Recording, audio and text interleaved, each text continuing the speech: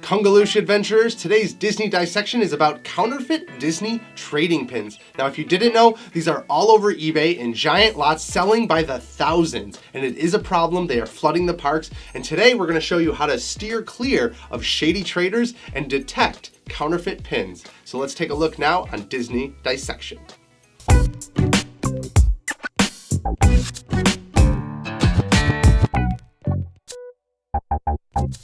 Welcome guys, Ryan here from TMR talking counterfeit Disney pins. Now if you didn't know, they are all abuzz on YouTube. You can scroll down on eBay and find a bunch of varying sales on different lots that have hundreds of, if not thousands of sales. Look at this guys, it's crazy. Some of these are selling for $30 to $40 to $50. Today we're going to look at how to steer clear of people trying to necessarily trade a good pin for a bad pin and how you can detect some counterfeits right on the spot. If you don't know guys, go around the parks, you'll see various cast members with the same recycled pins over and over again. And how can we make this change going into the future? Well, here are the 5 ways to detect counterfeit pins from TMR and how we can maybe solve this solution on having counterfeit pins everywhere. Going forward, I'm going to warn you that these are not 100% effective. So you're gonna have to use your best judgment when detecting counterfeit pins and using various strategies and just learning the ins and outs of pin trading yourself and doing some further research when you locate a pin.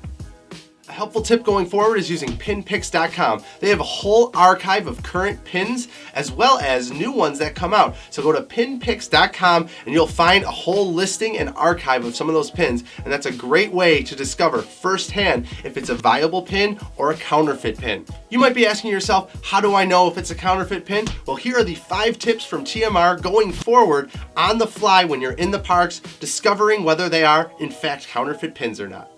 Tip 1 here guys is the general paint job. Now if it looks like a bad paint job, that is a good immediate detection if it is a counterfeit. Now that may seem very obvious, but sometimes the paint job isn't just bad, but there will be ripples or almost like an indent in the paint. So be on the lookout for some flaws in the paint as well the edging.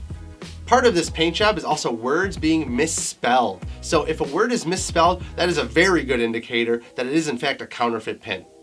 The second tip here is the edges and waffling on the back. Now they all kind of coincide. If the waffling on the back goes right to the edge, that is a good chance that it is a real pin. Now there is a huge debate on the waffling pattern, whether it goes to the edge or not, because there are some real pins that it doesn't go to the back. In fact, there are some limited edition pins where the waffling doesn't even go all the way to the back. So what do? Again, here's one of those times you have to use your best judgment. The waffling is usually to the edge, but if you find it without it all the way to the edge, there's a chance that it could be counterfeit.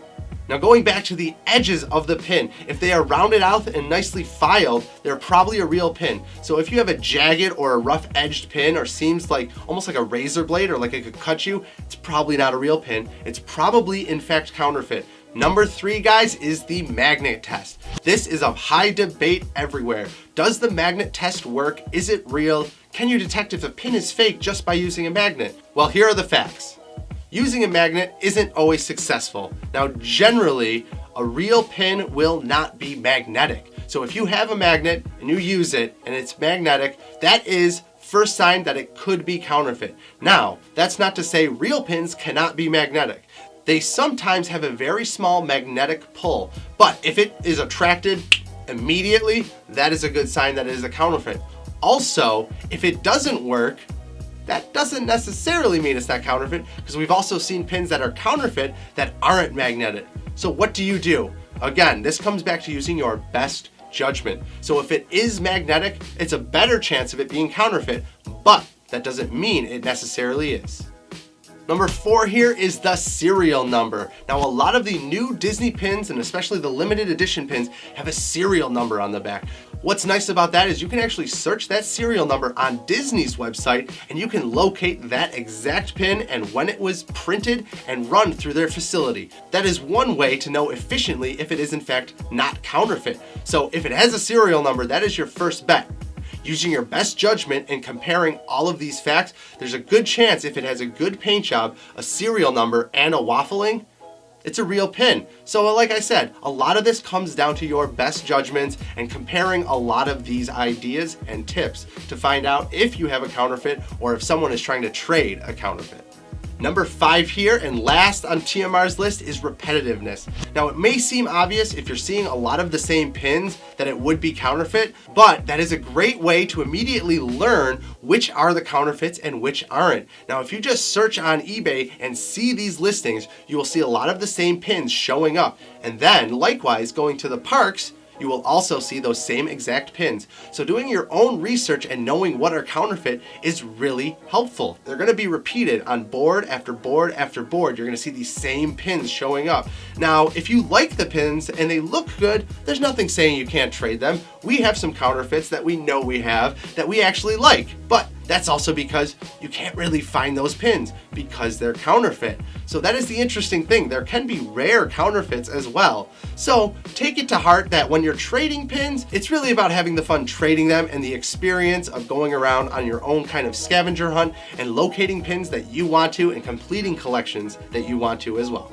Those are the 5 tips from TMR. We hope that they're going to be helpful going forward, again, using your best judgment to decide whether or not you're going to want to trade for those various pins.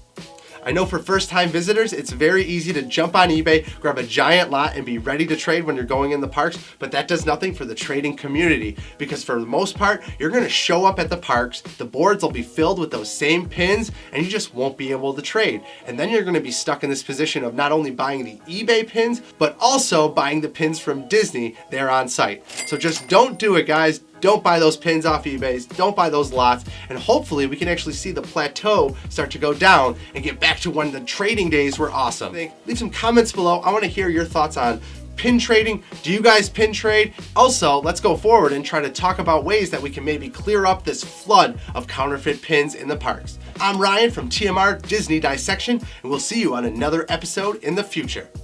Congaloosh.